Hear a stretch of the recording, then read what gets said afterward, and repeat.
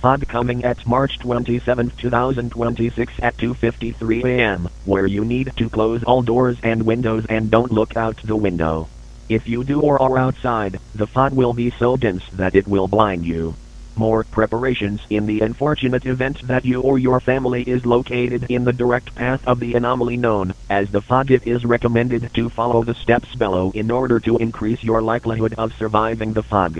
1. A safe location. In the event that you are located in the direct path of the fog, it is recommended to seek out any safe location where you can bunker down until the end of the event. These locations that will be optimal to hide in are any places where entrances and ventilation units can easily be blockaded. This can be areas such as the centers of brick and concrete buildings or in underground bunkers.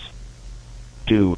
Extra safety measures. It is recommended to turn off all lights which can be seen from the outside of a building. Alternatively, you can also cover up your windows. The easiest way to do this is to apply thick coat of any paint available directly onto the glass panels of your windows. However, it is recommended as well to reinforce the windows with materials such as sheets of metal or plywood. It is discouraged to use anything that can broadcast anything. This includes radios, cell phones, computers and televisions.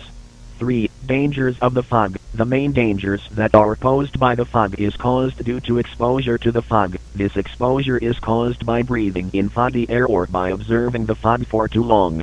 The list of symptoms caused by exposure to the fog are as follows: nausea, tiredness, the inability to remember names and facial features of close family and friends, distortion of newly formed memories, audio-visual hallucinations, erratic behavior, body pain, paranoia, paralysis, and if the exposure is great enough, even death. The severity and lasting impact of these symptoms depends on for how long one has been exposed to the fog.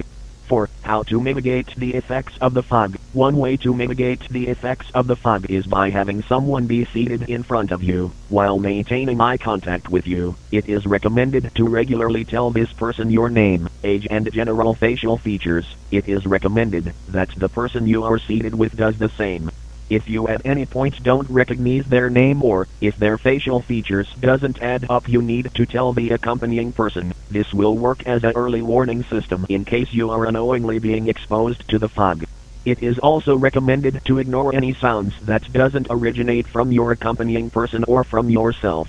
You will know that the fog has passed when you start to recognize the name of your accompanying person. At that time, it is usually safe to come out again. 5. Audio-visual hallucinations. Due to the fact that the fog can cause audio-visual hallucinations, it might be hard to determine what is and what isn't real.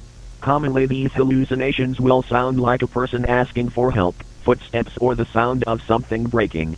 One way to determine if a sound is real is by asking an accompanying person if they heard the same thing, as a false sound will only be heard by one person. If you, however, are alone, it is instead recommended that you state "my name is," insert false name. It is then recommended that you ask if anyone can state your name. If you then hear your real name, it is recommended to ignore the sound completely. If you, however, hear the false name, it is safe to assume that the sound came from a real person. This is due to the fact that the fog will always respond with your correct name, even if you haven't stated your real name.